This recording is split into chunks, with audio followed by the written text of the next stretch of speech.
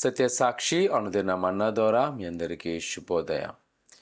నేటి యొక్క వాగ్దానము గలతీయుల పత్రిక 3:11 నీతిమంతుడు విశ్వాస మూలముగా జీవించును. ప్రియకుమార కుమార్తె అపోస్తలైన పౌలు గారు గలతీ సంఘానికి రాసిన అనేక విషయాల్లో ఒక చాలా ప్రాముఖ్యమైనది దేవుడు మన పట్ల చేస్తున్న కృప. ఆ కృప ఏంటి అంటే ప్రభువైన యేసులో మనందరినూ నీతిమంతులుగా చేయడం. ఆ నీతిమంతులుగా చేసి మనలను పరిశుద్ధమైన వారుగా ఈ లోకములో ఉంచడం.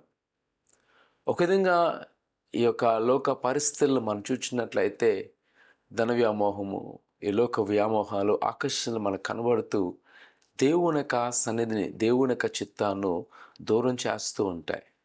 కానీ ప్రభువైన యేసుక్రీస్తు యొక్క రక్తం అంట మనలను నీతిమంతులుగా, పరిశుద్ధులుగా తీర్చిదిద్దాను. నోవాహును చూసినప్పుడు తన తరములో నీతిమంతుడు నిందారహితంగా ఉన్నాడంట. ఒక విధంగా ప్రభు అటువంటి యొక్క జీవితాలే మన దగ్గర నుంచి కోరుకున్నాడు. ఎప్పుడైతే మనము ప్రభువైన యేసుక్రీస్తులో ఉండగలుగుతాం, వారి నీతిమంతులు అంట. ఆయనలో ఉంటామో అది దేవుని యొక్క చిత్తం అంట, దేవుని యొక్క ప్రణాళిక. ఎప్పుడైతే మనము ఆయన ప్రణాళికలో వెళ్తుంటామో మనకు కావలసిన ప్రతి వాటిని ఆయన నెరవేరుస్తూ ఉంటాడు. ఈరోజు ఒకవేళ ముందు అనేకమైన సవాళ్ళు ఉండొచ్చేమో, అనేకమైన ఆటంకాలతో ప్రతికూల వాతావరణం ఉన్నాం. కానీ మొదటిగా మనం ప్రభువైన యేసుక్రీస్తులో ఆత్మీయంగా బలపడుతున్నామా లేదా అన్న ప్రశ్న వేసుకోవాలి.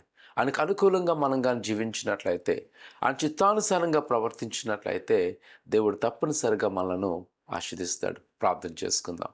పరిశుద్ధుడా, ఘనమైన దేవా, నీ కొందాలు, నీ బిడ్డలైన వారు మీ జ్ఞాపకం చేసుకొని నీ కృపాక్షములతో నింపి వారికి నా కోతులు ఆటంకాలను తొలగించండి.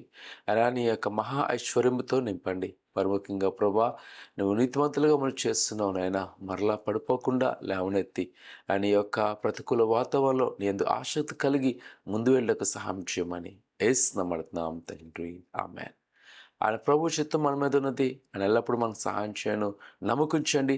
దేని పట్ల గొప్ప కార్యం చేయను గాక. ఆమేన్.